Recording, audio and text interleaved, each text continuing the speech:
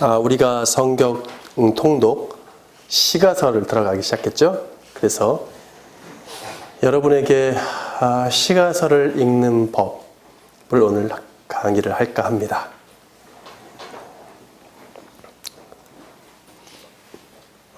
우리 시가서에는 어떤 책들이 있죠?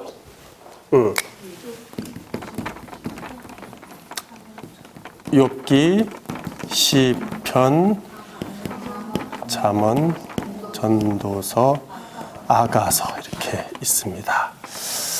이렇게 5권의 시가서가 성경에 수록되어 있습니다. 간략하게 하고 설명을 드리고 시편에 대해서 오늘 집중적으로 우리가 또 시편을 강의를 하고 있으니까 보겠습니다. 시입니다. 시라는 것을 명심해 두셔야 됩니다. 자, 욥기 같은 경우에는 역사적인 사실도 들어가 있죠. 예, 사실, 실제 어떤 사람이 뭘 했고 이런 얘기도 들어가 있어요. 그러니까 욥기는 100% 시가서는 아니지만 그렇다고 해서 역사서라고 할 수 없겠죠. 그러니까 거기에 나오는 이 욥과 그 다음에 빌닷, 소발 누구예요? 엘리바스? 또 엘리후? 이런 친구들의 대화, 그들과 있었던 이야기들을 이제 보게 될 텐데 어떤 사실적인 얘기들 있죠? 그런 그냥 사실적인 얘기입니다. 그런 게 사실적인 예를 들어서 뭐 욥의 아이들이 뭐 갑자기 이렇게 죽었다든지 고난이 닥쳐서 뭐가 있었다든지 병들었다든지 기왓짝으로 긁었다든지 이런 거는 사건이죠. 사실 그대로 읽으시면 되는데 욥의 친구들이 마치 판소리 하듯이 우리나라의 소리꾼들을 보면 주고받잖아요. 이렇게 주고받는데 그게 형식이 서로 대화하는 구어체가 아닙니다. 우리가 구어체라는 게 문어체가 있잖아요. 구어체는 뭐예요? 이렇게 얘기하는 거. 이렇게 얘기하는 거. 거기에는 약자들이 많죠. 예, 줄임말들이 많고 또 요즘 젊은이들이 쓰는 그런 어린아이들이 쓰는 단어들도 있고 그런데 글을 쓸 때는 그런 단어를 안 쓰잖아요. 그렇잖아요. 그러니까 그런 문어체와 구어체가 있습니다. 그런데 이 소리꾼들이 이야기한다든지 시조를 읊는다든지 시를 서로 주고받는 그런 대결하듯이 이런 경우가 있거든요. 나라마다 그런 문학들이 있는데 그런 경우는 문어체도 아니고 구어체도 아닙니다. 네. 그러니까 상당히 상징적인 의미가 들어있는 그런 단어들을 쓰죠. 네. 그걸 뭐라 그래요? 원어로는 알레고리라고 얘기하고 우리나라 말로는 풍자법, 그렇죠? 풍유법. 또는 풍자라고도 하죠. 운유법이라는 말도 있습니다. 그러니까 이런 것들이 사용되죠.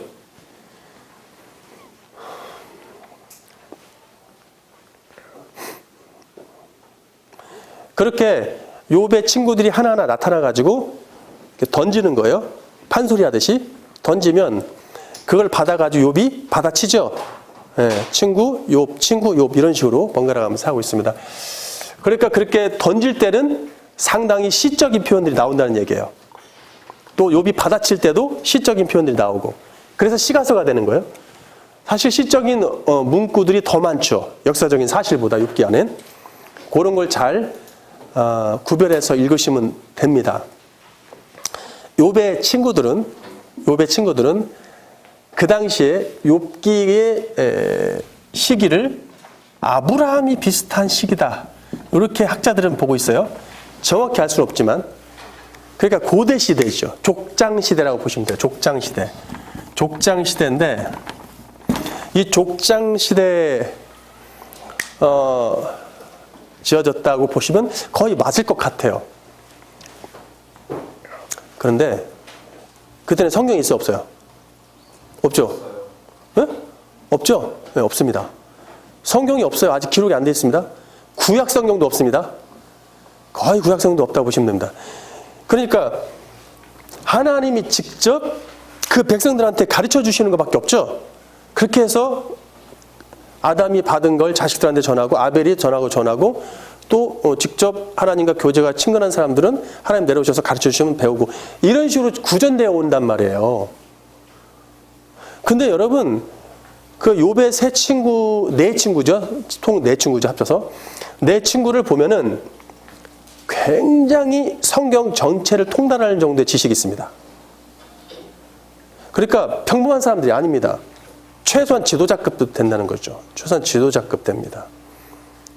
그리고 학문이 아주 능통한 철학의 사례가 아주 깊은 그런 사람들이에요. 웬만한 철학자들이나 오늘날의 교회 지도자들 못지않은 그런 정도의 지식과 하나님을 향한 신뢰와 하나님의 법도를 가지고 있는 사람들입니다. 그래서 그들의 말이 맞습니다. 틀리진 않아요. 그 시대에는 더군다나 고대 시대에는 틀리지 않습니다. 그런데 주님은 책망하시죠. 나중에 하나님이 그들 다 네 명을 다 책망한단 말이에요. 그러면은 뭐가 잘못됐는지를 발견해야 되는 거예요. 그 발견하는 것이 상당히 고도의 작업입니다. 그들이 뭐가 잘못했는지, 뭐가 틀렸는지. 오늘날에 가르쳐지는 교회에서 가르침들이 그들 수준이면 아주 높은 수준입니다. 그러니까 그들이 얘기한 얘기를 가져와서 액자로 걸잖아요. 가르쳐지잖아요. 상관없습니다. 큰 문제는 없어요. 그런데 하나님은 고작 그런 수준으로 머물러 있기를 원하지 않죠. 하나님이 바라시는 건요, 그 이상의 것들을 바라십니다, 우리한테. 그리고 그 이상의 것들을 요구하실 뿐만 아니라 그보다 훨씬 깊은 하나님의 지혜가 있습니다. 그 하나님의 높으신 지혜를 어디까지 욥기를 통해서 우리가 얻어낼지는 모르겠지만 거기에 초점을 맞춰보세요. 네. 그들이 얘기하는 것이 욥이 모르는 얘기 하나도 안 합니다. 욥도 알아요. 욥도 같은 수준에서 벗어나질 않거든요. 근데 이제 욥한테는 하나님이 더 깊은 메시지를 가르쳐 주고 싶었죠. 그걸 찾으시면 될 것 같아요. 아셨죠? 예. 그 다음에 시편.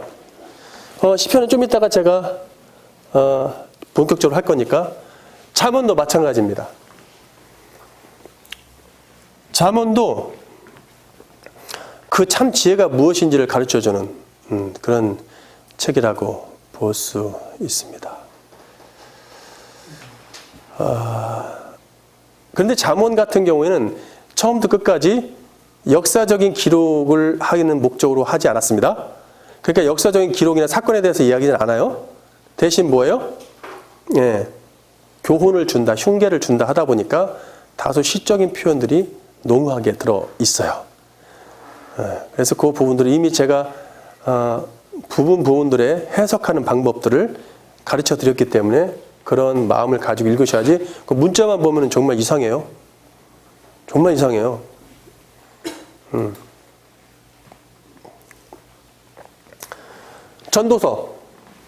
전도서도 마찬가지. 이거 지금 잠언 전도서 솔로몬이 그 모든 부귀영화를 누리고 참 지식이 무엇인지를 찾아가는 과정이죠.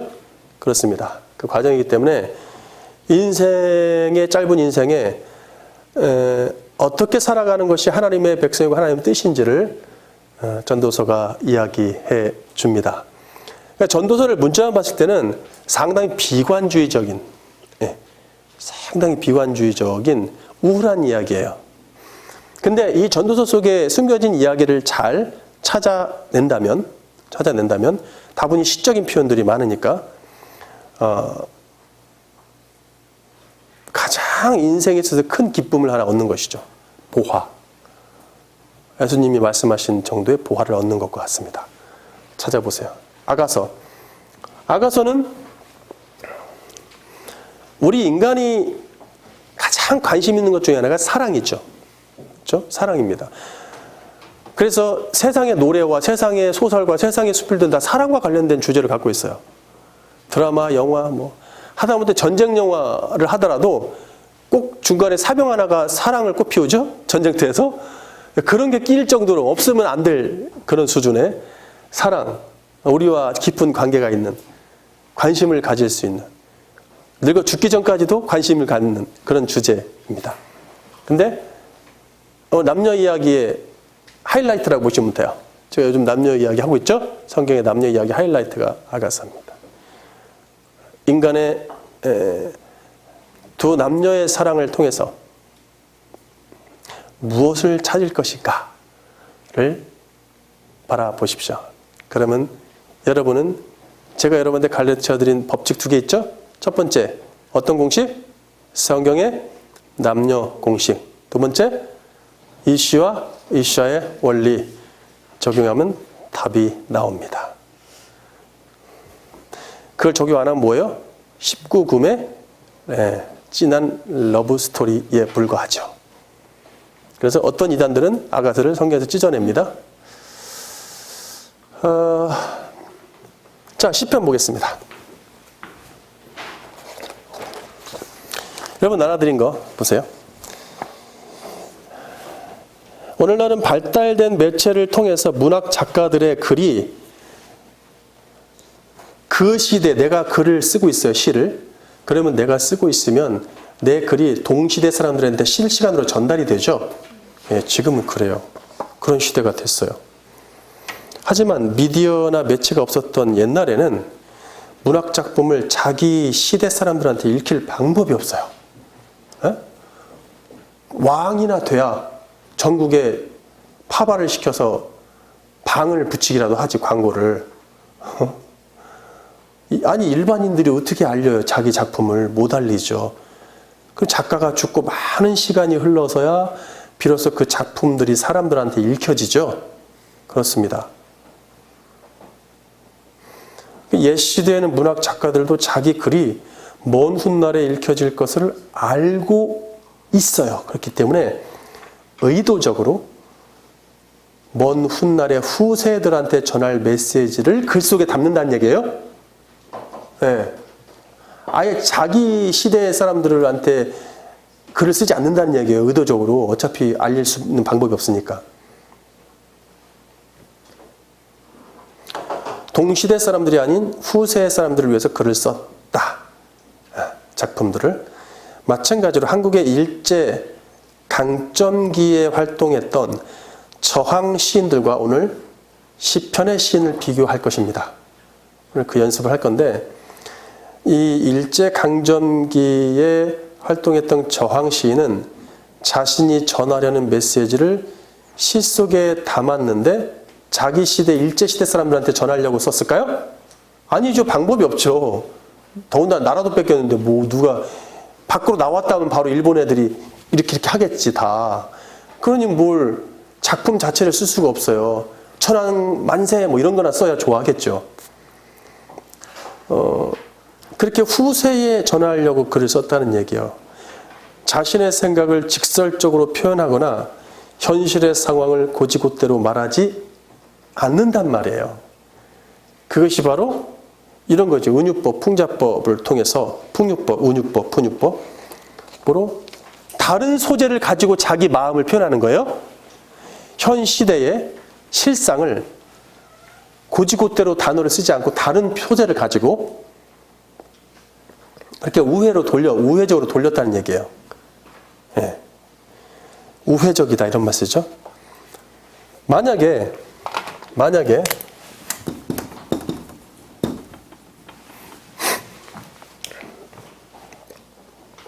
조국,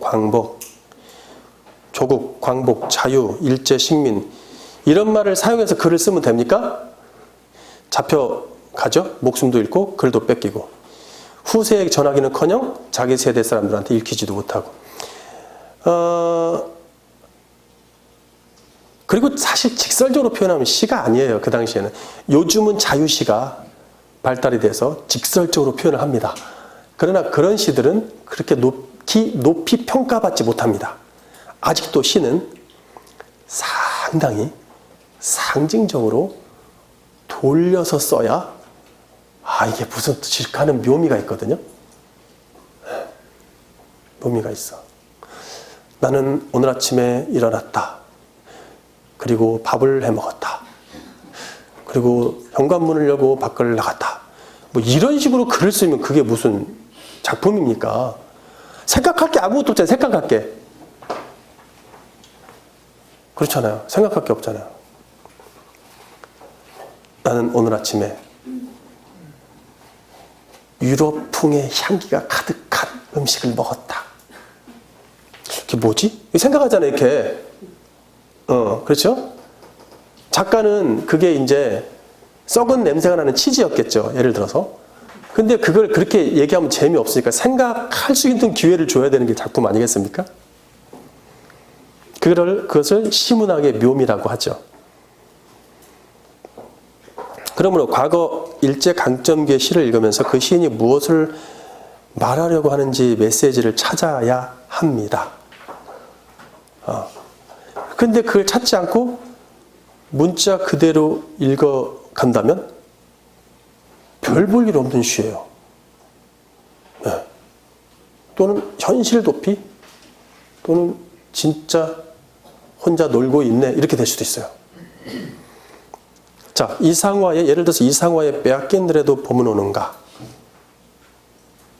비교할 수 있는 아주 기가 막힌 시들이 있는데 일부러 여러분들이 그냥 말만 되면 아는 시만 골라서 했으니까 그런 시를 문자 그대로 해석하면 무슨 얘기가 되냐면 겨울의 눈과 추위의 생기를 잃은 들판에 대해서 논합니다. 또 봄에 찾아오는 온기와 싱그러움에 대해서 논합니다. 아니 당연히 겨울 지나면 봄이 오죠. 눈도 녹고. 들판의 특징 뭐 설명 안 해도 다 알죠. 우리는 어렸을 때부터 봤으니까. 계절의 특징 이런 걸 논합니다. 끝. 나라는 지금 팔려서 지금 사람들은 죽어가는데 그런 시를 쓰고 앉아있으면 그게 도대체 매국노지 뭐가 되겠습니까? 한량이지. 자연 이야기에 불과하다는 얘기예요. 또 만약 윤동주의 서시를 문자 그대로 해석한다면 삶의 고통에 괴로워하면서 살기 힘들어 죽겠는데 자연을 통해서 위로받으려는 그런 현실적인 이야기가 됩니다. 사실. 근데 뭐 큰 의미가 없어요. 자, 마찬가지로 시편도 마찬가지예요. 성경의 구약 시대에도 시인이 전하려는 메시지를 시 속에 숨겨서 후세에 전하려고 했습니다. 그 당시에는 일제시대보다 더 오랜 고대 시대이기 때문에 아예 시를 그 후세에 전할 방법이 없습니다. 방법이 아예 없어요. 일제시대는 연필이 있고 종이라도 있었지 그때는 아예 그것도 없었어요. 그러니까 먼 훗날에 사람들에게 뭔가를 전하고자 합니다. 근데 역시 우회적으로 돌려섰습니다. 이것은 저자의 의도가 아닌 하나님의 의도죠. 하나님이 돌리시는 거죠. 예. 하나님이 저자들에게 성령의 감동으로 그렇게 쓰도록 유도하십니다. 하나님은 모든 사람들이 구약의 글이나 시를 읽고 깨닫도록 하지 않으셨어요? 않으셨어요? 예. 그리고 당시대 사람들한테 읽히도록 쓰지도 않으셨습니다. 맞죠? 예, 그 시를 쓰고 그 시대 전체 국민들이 곧바로 전달돼서 읽게 할 수가 없기 때문에 후세 선택된 사람들만이 깨닫도록 하셨다는 얘기예요. 구약 성경은 앞으로 도래할 메시아의 시대에 관한 메시지를 전해야 하는 시대적 사명이 있었기에 더욱더 시문학의 특징이 강하게 드러납니다. 시대적 사명 아시죠? 구약 시대의 시대적 사명 이런 걸 생각해 보세요. 이런 걸 한번 생각해 보세요.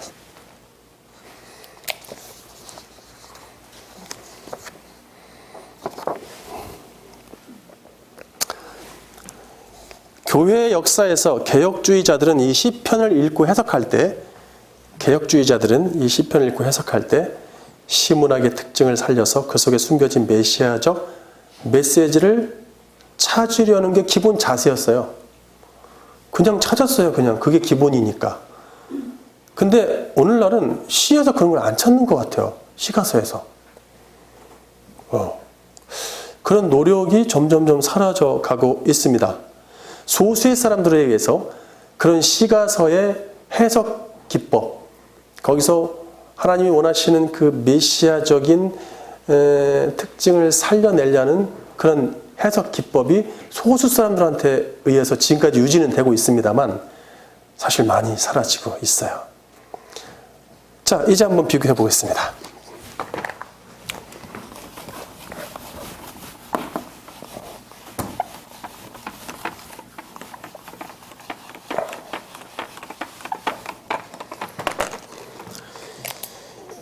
일제 저항시, 그 다음에 구약의 한탄시 또는 탄원시라고 하죠. 자, 그러면 배경을 봅시다. 시대적인 배경이 어떻게 됩니까? 저항시의 시대적 배경은 언제예요? 예, 일본 통치하에 있는 조국 땅이죠. 예, 배경은 일본의 통치입니다. 통치. 제국주의 통치 하에 미국 땅? 조국 땅이에요. 미국 땅을 뭐라고 얘기해 지금? 조국 땅을 얘기해야지. 구약 한탄시는 언제입니까? 율법의 통치가 있었죠. 예, 율법의 통치라는 말 이해하셔야 돼요. 율법 통치하에 어디? 바벨론 땅? 가나안 땅. 가나안 약속의 땅이죠. 다른 말로 약속의 땅.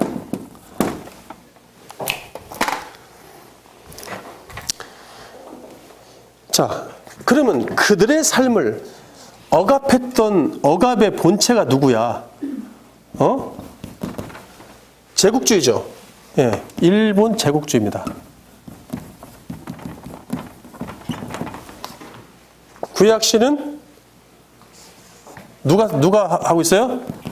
사탄이죠. 원수 막 이러잖아. 사탄과 그를 따르는 악의 세력들이죠. 이것들이 압박을 해. 근데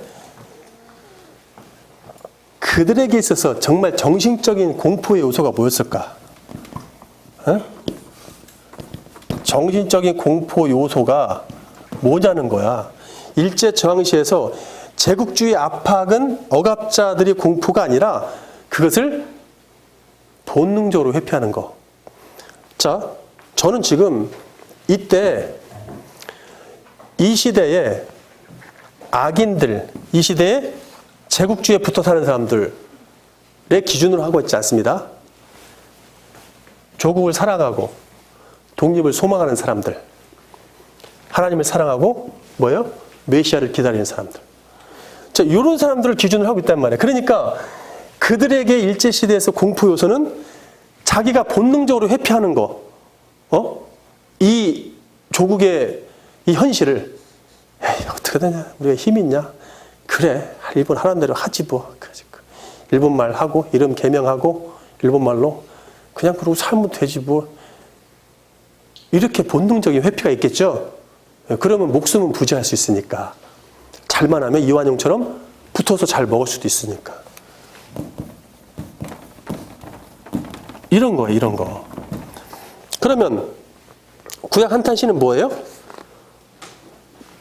공포 요소가 원죄야, 원죄.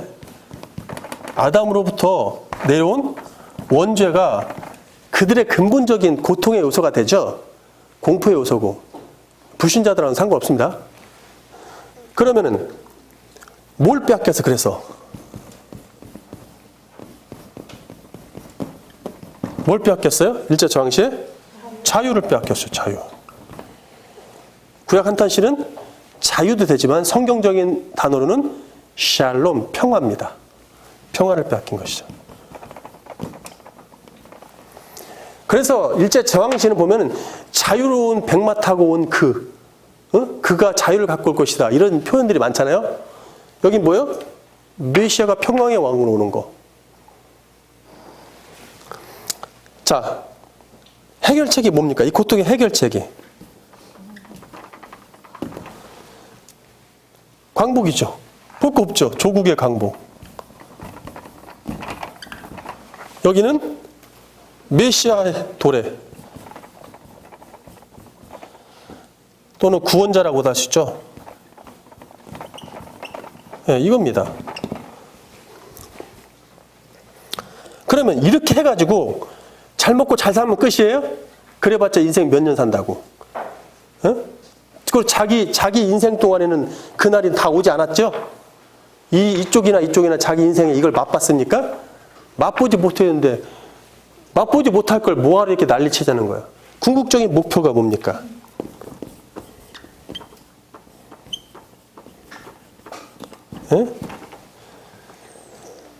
다른 거 없어요. 이들은 여기서는 그냥 내가 일제 강점 당하지 않은 시대, 그냥 평화롭게 사는 거예요. 평민으로서.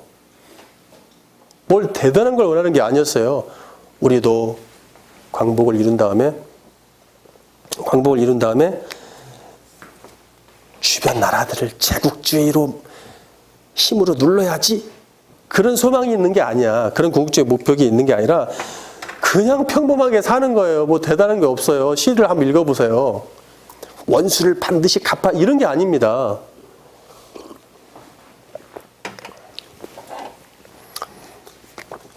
평범한 서민으로서의 삶이에요.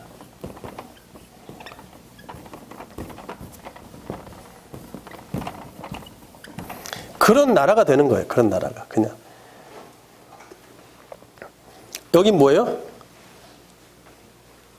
하나님과 교제를 나누는 거예요. 깊은 교제.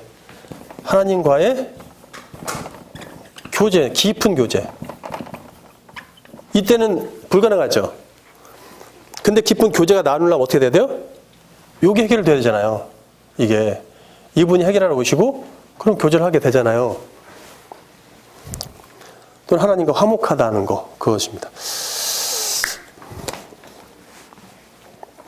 자, 이런 개요를 가지고 한번 봅시다. 이상화의 빼앗긴 들에도 봄은 오는가? 시편 42편을 바른 성경으로 보겠습니다. 고라자손의 시죠. 이상화의 빼앗긴 들에도 봄은 오는가? 요점을 얘기하면 이렇습니다. 이상화 시는 시를 읽는 청중으로 하여금 자유를 빼앗긴 안타까운 조국 땅에 언젠가는 광복이 되어서 자유를 누릴 날이 올 것이라는 희망을 주고 싶었어요.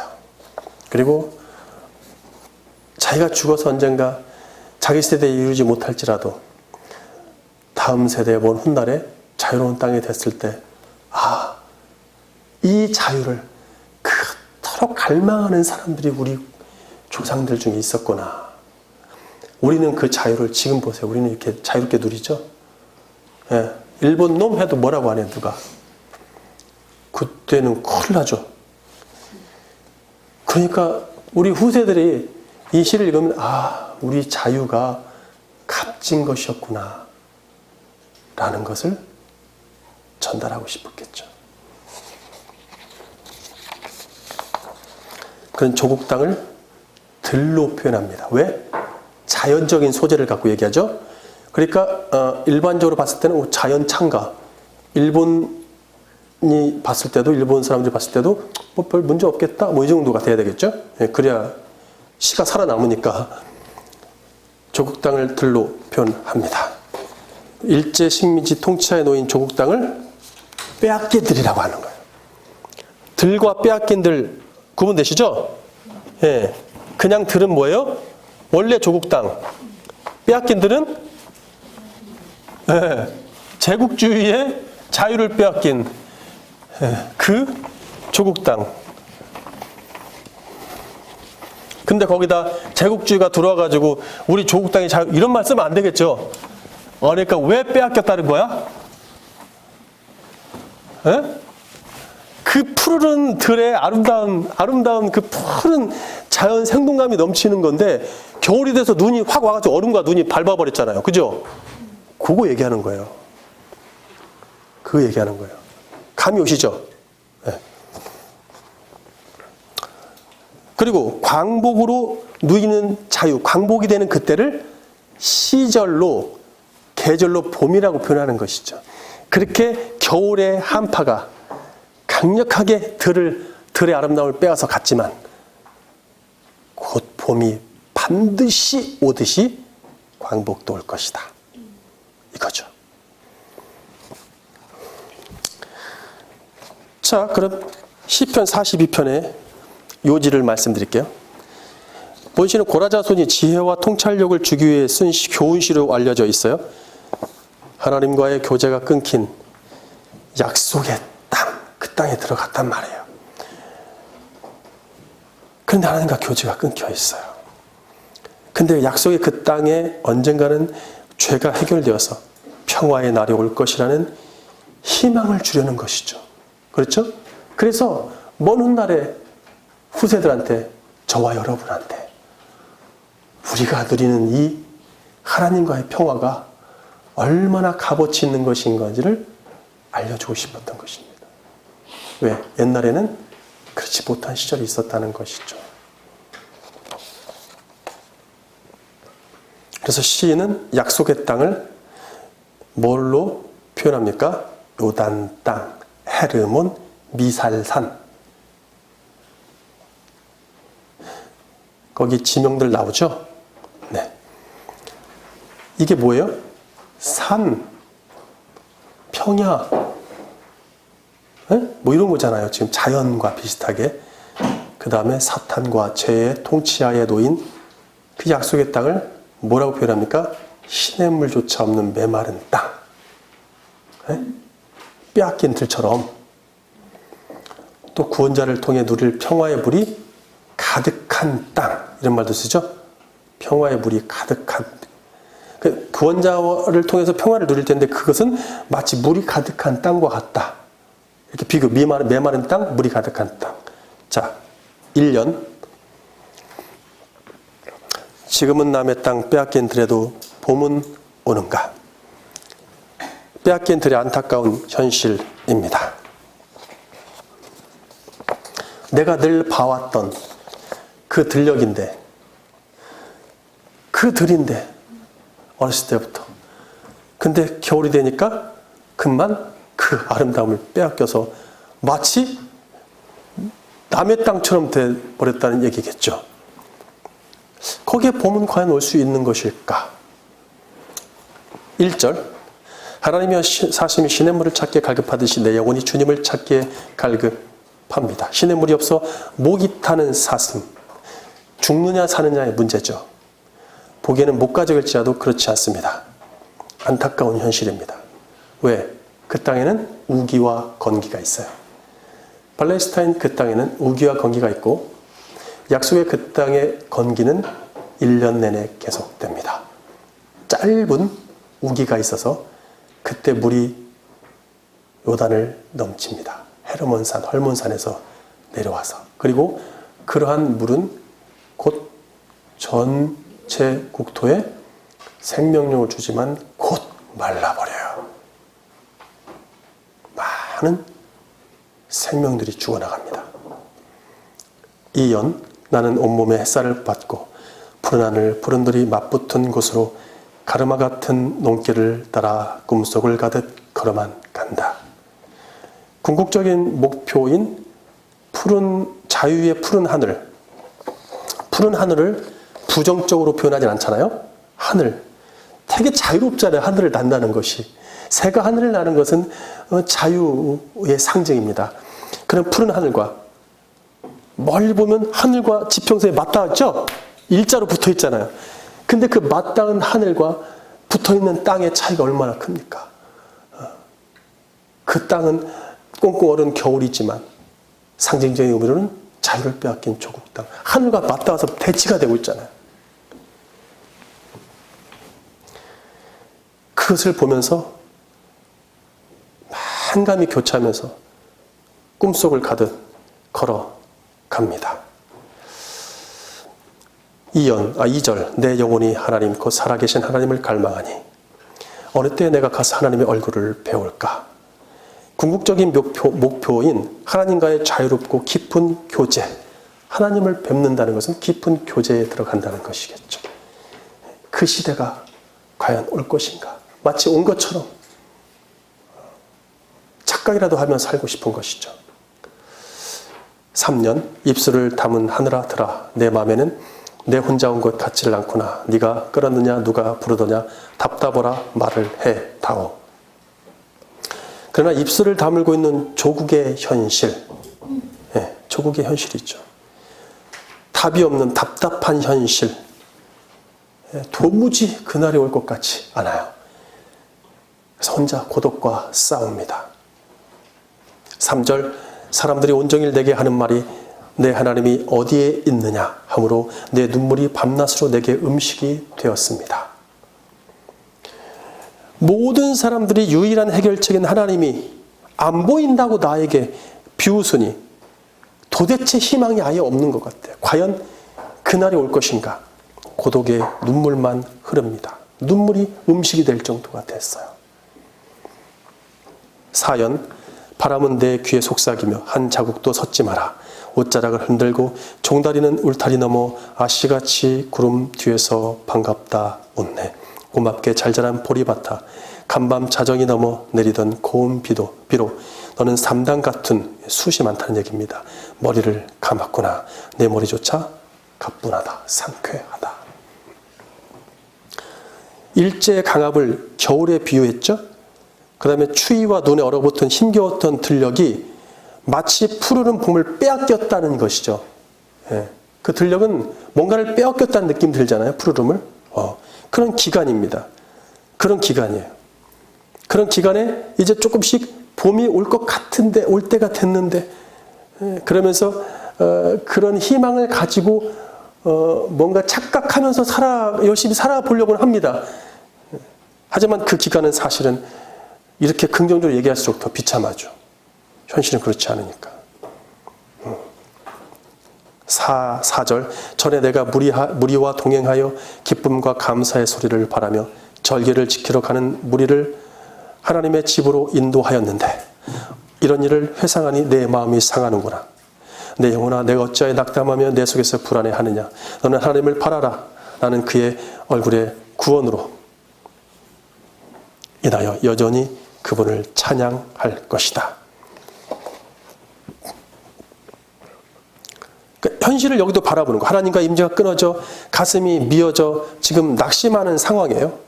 하지만 하나님의 집에서 그분을 만나고 교제할 것을 생각하면서 그걸 기쁨으로 여기면서 성수에 올라가던 행렬들을 회상하는 거죠. 회상. 아까도 뭐예요? 겨울이 지나면 반드시 봄이 찾아왔죠? 그 들에. 찾아온다는 것은 알고 있는데 자연의 섭리대로 찾아온 봄을 막 느끼면서 마치 일제 강압이 지나고 광복이 찾아온 것처럼 착각하면서 회상한다는 얘기예요. 회상. 그 계절적인 봄이 막 찾아오는데 그걸 느끼면서 마치 조국의 강복이 찾아온 것처럼 그렇게 크게 부풀려서 회상하겠다는 얘기죠. 기대만으로 상쾌하다는 얘기예요. 여기 내 머리조차 가뿐하다. 기대만 해도 상쾌하다. 마찬가지로 9절, 4절, 5절도 그렇게 하나님의 집에서 그분을 만나고 교제할 것을 생각하며 기쁨으로 성소에 올라가던 행렬을 회상하는 거예요. 그들이 할 수 있는 그밖에 없잖아요. 성소에 올라가고 내려가고 그밖에. 그렇다고 성소에 들어가지도 못해요. 그것만으로도 하나님과의 어떤 관계가 회복된 그날, 그 궁극적인 그 메시아의 날이 온 것처럼 부풀려서 그렇게 회상을 해본다는 얘기예요. 6년 혼자라도 가쁘게나 가자. 마른 눈을 안고 도는 착한 도랑이 젖먹이 달래는 노래를 하고 제 혼자 어깨춤만 추고 가네. 나비제비야 깝치지 마라. 재촉하지 말란 뜻입니다. 맨드라미 들막꽃에도 인사를 해야지. 아주까지 기름을 바르니가 지신매던 그 들이라 다 보고 싶다. 글 멋있죠? 그렇죠? 뭐 저도 부지런히 학교 다닐 때 외웠던 시인데 요즘도 외우나 이런 거? 뭘 외우지 요즘은? 그래요? 이게 뭡니까? 고통의 겨울이 지나고 봄이 찾아온 들녘을 막 찾아온 거야. 들녘을 보니 혼자라도 상쾌하게 걸을 수 있다는 거예요. 광복이 된 것처럼 착각하면서 그 봄을 상쾌하게 혼자라도 걸을 수 있어서 과거 선조들이 일군 그 아름다운 조국 땅에 들려 그 들이라 더 애착이 가는 거예요. 더 애착이 있어서 광복의 자유가 더 간절하다는 얘기예요. 그 간절함으로 그 애착, 나의 조상들, 나의 어머니, 부모들이 김매던 그 이 들녘 조국 땅인데 봄이 왔으니 그것은 그 광복이 온 거나 마찬가지야. 착각하면서 그렇게 광복에 대한 애착을 표현해 봅니다. 6절 내 하나님이여 내 영혼이 내 속에서 낙담함으로 내가 요단 땅과 헤르몬과 미샬산에서 주님을 기억합니다. 주께서 일으키시는 폭포 소리에 깊은 바다가 서로 부르니 주께서 일으키시는 파도와 물결이 모두 내 위를 덮습니다. 과거의 선조들이 땅에 물이 풍부하여 생명력이 넘쳐났던 약속의 땅을 생각해 보는 거예요. 적과 꿀이 흐르는 그 약속의 땅. 정말 그렇잖아요. 근데 이 가나안 땅이요. 점점점 척박해졌어요, 사실은. 계속 전쟁이니까. 전쟁을 치르면요. 땅이 적박해집니다. 마치 저주받은 땅처럼 그렇게 많은 사람이 피를 흘리잖아요. 그러니까 그때 그 적과 꿀이 흐르는 그 땅, 장정 둘이서 메고 갈 정도의 그런 포도송이를 들었던 그런 곳인데 그런 땅을 생각합니다. 나의 조상들이 사랑했고 사랑으로 가꿨던 그 땅. 주님의 임재가 넘치는 물처럼 나를 덮으니 주님과의 교제가 더욱 간절한 거야. 그러니까 이렇게 보니까 물이 이제 흐르는 우기가 됐나 봐요. 물 흐르는 거 보니까 이것처럼 이 물이 가득 흘러나는 것처럼 우리 영혼의 생명력이 주어져서 그렇게 주님과 평화로운 시대가 오지 않을까라는 것을 그렇게 부풀려 착각을 하면서 그 물을 바라봅니다. 그러니 더 애착이 가죠. 그 땅이. 8년 내 손에 호미를 쥐어다오 살찐 젖가슴과 같은 부드러운 이 흙을 발목이 시도록 밟아도 보고 좋은 땀조차 흘리고 싶다. 애착이 가는 이 들녘의 아름다움과 푸르름을 위해서 내 손으로 읽어보고 경작하고 싶다. 희망의 끈을 놓지 않고 나라가 뺏겼다고 포기하는 게 아니라 나는 열심히 경작을 해보겠다. 그 땅에 지구가 뭐 돼도 사과나무를 심겠다. 뭐 그런 겁니까? 그런 거? 희망의 끈을 놓지 않고 고독하더라도 최선을 다해서 그 광복을 위해서 내가 걸어가겠다. 8절 낮에는 여호와께서 그 은혜를 베푸시고 밤에는 그분의 노래가 내게 있으니 내 생명이 하나님께 기도합니다. 주님이 밤낮으로 베풀어 주시는 그 애정으로 하나님과의 깊은 교제를 느끼고 싶죠? 예. 하나님이 구약의 의인들에게 친히 조금씩 찾아오시죠? 그럼 완전히 안에 내주하시지 못하잖아요. 친히 찾아오십니다.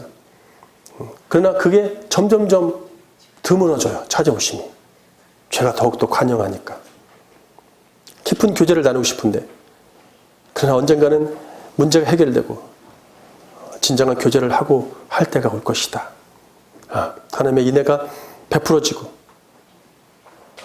그리고 그분의 은혜 때문에 내가 살아나는 그런 때가 올 것이다. 기도를 하는 거예요. 할 수 있는 게 뭐예요? 기도밖에 없죠. 예. 구연, 강가에 나온 아이와 같이 짬도 모르고 형편도 모른다는 얘기야. 끝도 없이 닿는 대호나 무엇을 찾느냐 어디로 가느냐 우소없다 답을 하려무나. 그렇지만 아무리 뭐 희망을 갖고 부풀려서 한다 쳐도 계절은 겨울을 지나 봄이 왔어요. 하지만 조국은 아직 봄이 안 온 듯합니다. 자유가 없이 현실은 끝없이 방황하는 신세를 한탄하고 있어요. 9절, 내가 나의 반석이신 하나님께 어찌하여 주께서 나를 잊으셨습니까? 어찌하여 내가 원수의 압박 속에 울면서 돌아다녀야 합니까? 라고 말합니다. 그렇게 조금씩 주님의 어떤 그런 숨결을 느끼면서 그러나 대부분의 시간이 그분이 없는 것처럼 부재, 뭔가를 과거를 끄집어내 회상을 해서라도 희망의 끈을 놓지 않으려고 했지만 현실은 그러나 힘듭니다. 하나님의 부재로 사단과 죄에 눌려 눈물로 방황하는 신세를 그는 한탄합니다. 울면서 막 미친 사람처럼 돌아다닌다는 얘기예요. 이게 표현이. 답답하죠. 10년 나는 온몸에 풋내를 띠고 푸른 웃음 푸른 서름이 어우러진 사이로 다리를 절며 하루를 걷는다. 아마도 봄 신령이 지폈나 보다. 그러나 지금은 들을 빼앗겼 봄조차 빼앗기겠네. 웃음과 서름이 교차하는 그 고통스러운 현실. 웃음과 서름. 웃음은 뭐예요?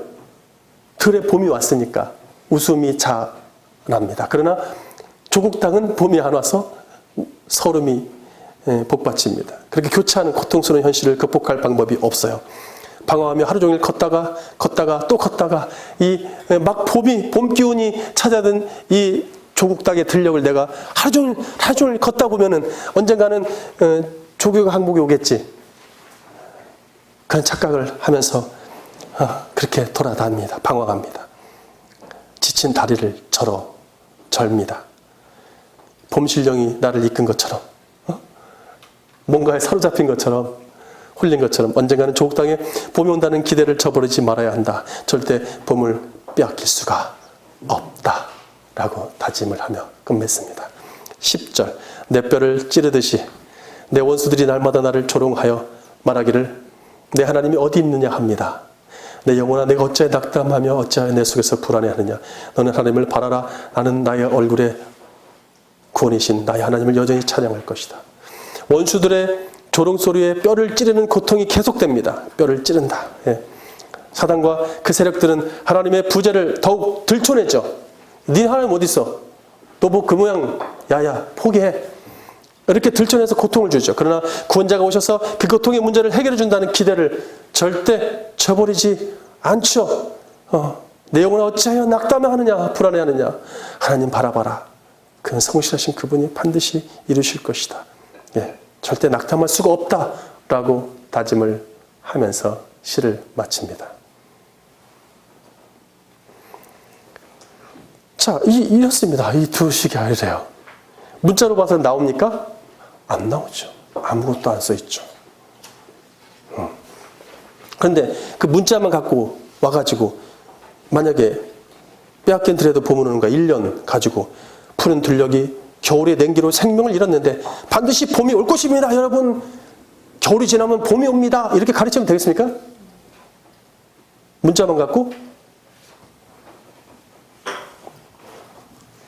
또 1절 시편 42편 1절을 가지고 푸른 들녘이 사슴이 목이 타면 시냇물을 찾아야듯 열심히 주짐을 찾으면 만납니다. 여러분 만나십시오. 사슴도 저렇게 목 타서 돌아다니다 보면 물을 만날 것입니다. 이연도 볼까? 이연? 빼앗긴 들에도 봄은 오는가? 이연? 겨울로 얼어붙은 들녘이라도 봄의 햇살을 받아서 푸르게 될 것을 꿈꾸며 걸어가십시오. 여러분 겨울로 얼어붙은 들녘 봄의 햇살을 받아서 푸르게 될 것입니다. 반드시. 그렇게 꿈을 갖고 여러분 인생에 볕들달이 올 것입니다. 여러분 그렇게 외치면 되겠습니까? 또 시편 42편 2절을 가지고 나의 인생의 갈증을 해결할 생명의 하나님을 갈망하며 간구하면 언젠가는 하나님 만날 것입니다. 하나님 만나기를 갈망하면 언젠가 만날 것입니다. 여러분 맞는 말 같죠? 맞는 말 같죠? 근데 얼마나 오류가 가득한 말인 줄 아세요? 우리가 늘 들었죠. 하나님 만나길 때 갈망하십시오. 갈망하냐. 막 바짓가락이 자꾸 늘어지듯이 하십시오. 정말 웃기는 게 뭐냐면 내 안에 예수가 있는데 뭘 자꾸 늘어져요? 뭐지? 이러고 계시는 거죠. 아니면 그 사람 안에 없던지. 없으니까 아무리 강력하게 부르짖어도 자기 의지에 의해서 옵니까? 아니에요. 그거는 하나님 소관입니다. 그러니까 구약에는 이게 되거든요. 구약에는 이 문자만 봐서도 이렇게 말은 되는데 신약에는 너무 웃기는 거예요. 이게 문자로 봐서 그렇게 가르치면 얘네들 뭐하지? 이렇게 되는 거죠.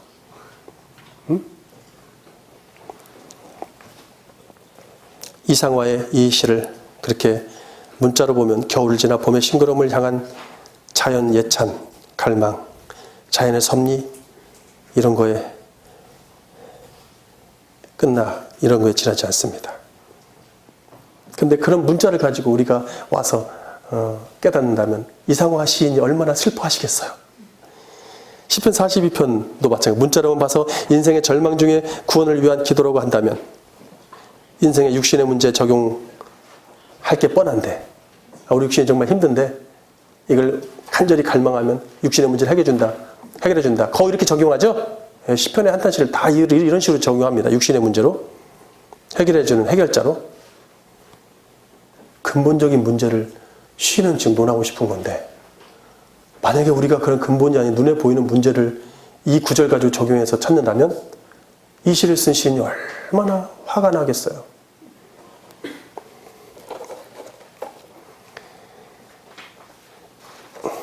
다음 시.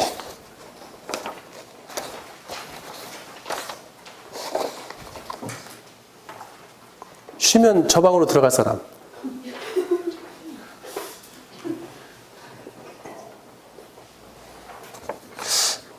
몇 명이 들어가고 싶은 의향을 보였기 때문에 이어서 자, 이어서 갑니다. 달려요. 쉴까요? 응? 5분 쉬었다 하겠습니다.